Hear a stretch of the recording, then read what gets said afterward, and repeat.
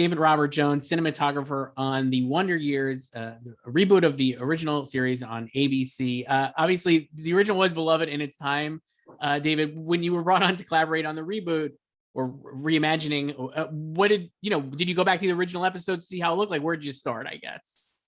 Yeah, definitely. I definitely did. I went back and I was,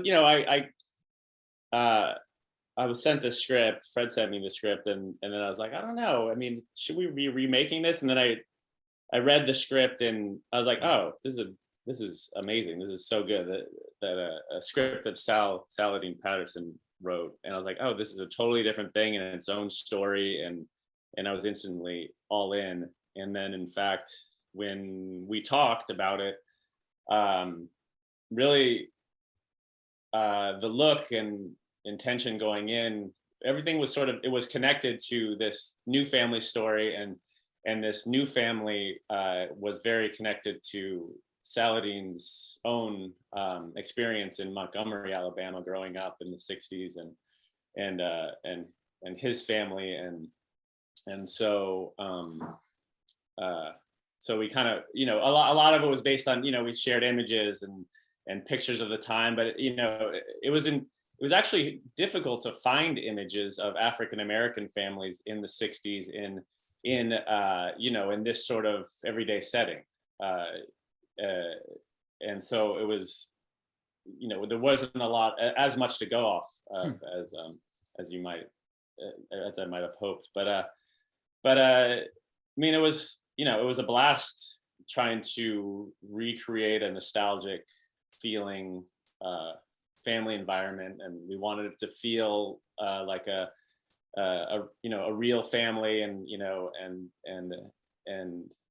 kind of the litmus test for every scene or setting could run through Sal and his stamp of approval on, like, oh yeah, this feels right. And in fact, there were other people on set who was like, oh man, this is exactly how it was in my family. Like, and it was so satisfying to get those reactions too, as when we do a scene and they're like, oh man, that's what my mom used to say all the time. And so that was a blast. Yeah.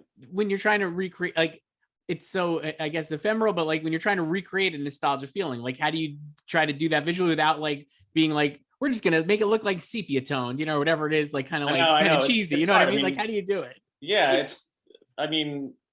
there's always a classic way to go back and capture those. It's in everybody's head. It's a subjective thing. It's maybe you're basing it off of other movies you've seen. Your nostalgic tone. I didn't live in the '60s, but I've seen a million photos, and and it's actually an aesthetic and time period that's really fun for me to attempt to recreate, and from old pictures and things. So we did look at old pictures and try and capture some of that stuff, and then approaching it just from a technical standpoint. I got some really old lenses, old glass from Panavision, and which were extremely challenging to work with. We used the H series lenses. We shot large format on Venice, and almost none of the lenses matched each other. But it was awesome because each lens had its own flavor. We were like, oh man, let's this 50 is great. We'll use this 50 for this shot, and then this 55 over here we'll use for this other angle, and then and there was a couple lenses which I was every time I put on, I was like, oh, this is it. This is the show. This is the magic. We had a 20 millimeter lens that was the greatest thing. I was like, every time I put on, it looked like a painting, but you can't use unless it's the voice of your show. We couldn't use a 20 millimeter for every shot, unfortunately. Next show, yeah. So there was, so we tried to rough it up a little bit, and I really played with underexposing the image a lot.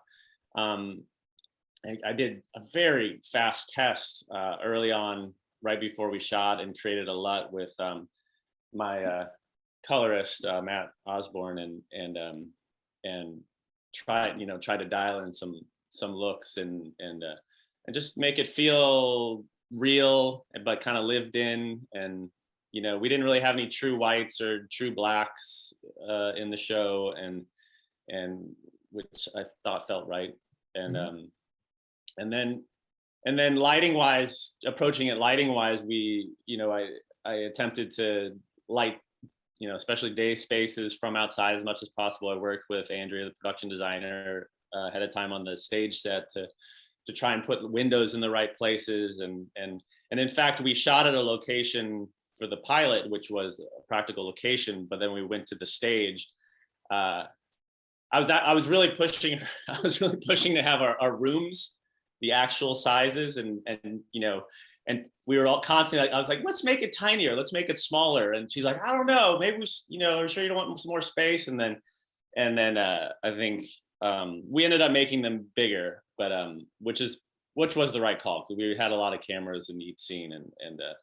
But I do like being in the real tiny spaces at times and making it feel real, and having to use the wide lenses because we have to, and you know, capturing the reality of a moment. Yeah. Scene. So obviously the show is told from, you know, the perspective of a 12-year-old Dean. How did you try to reflect that in his perspective when in the shots, if at all?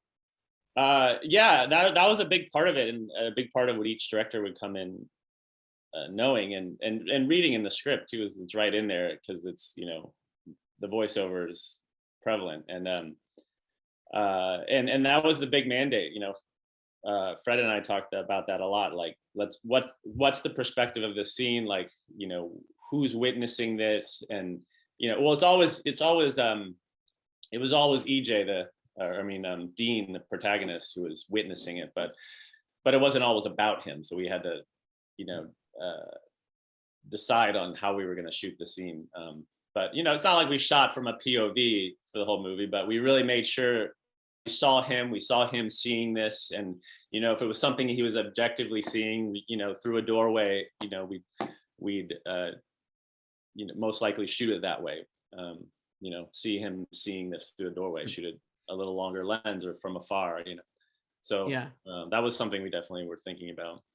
In the pilot, there's the great scene where the family finds out that Martin Luther King has been assassinated. I love that scene because it's just not necessarily so matter of fact, but I just think it obviously has such a broader impact on them than their, like, you know, the white neighbors and stuff. And I just love, can you talk about like that and like kind of how that scene came together and how you guys like thought about that? Because I just found that really compelling. I think that's a great moment in the show.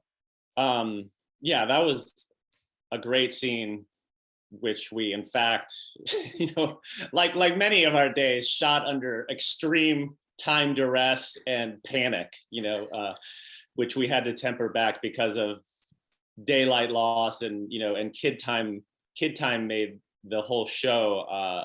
It was a new thing because the you know, kids can only work so many hours, and since there was one, you know, EJ was in every scene of every episode of the entire TV show, we were really pegged to his working time. So that was one of those that we had thought a lot about, and yeah, I mean, we wanted to capture the reality of this baseball, you know, this baseball scene happening before, and then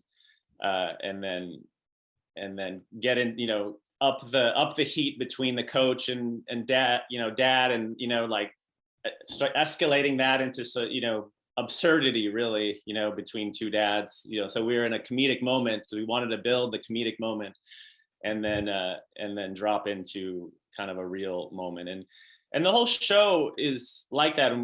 Now, you know, it's a comedy, but but we didn't approach it like a comedy. We approached it like a drama, and it had funny stuff that happens, and we wanted every scene and every, you know, all the actors to play the reality of the moment the best they could, so that, you know, and the comedy will come through in the reality of this family life, and that was, you know, how we approached that scene in every scene. Yeah, it's a great show, Wonder Years, ABC series. You can stream the episodes on Hulu. David Robert Jones, thank you so much for doing the cinematographer on the Wonder Years. Thanks so much.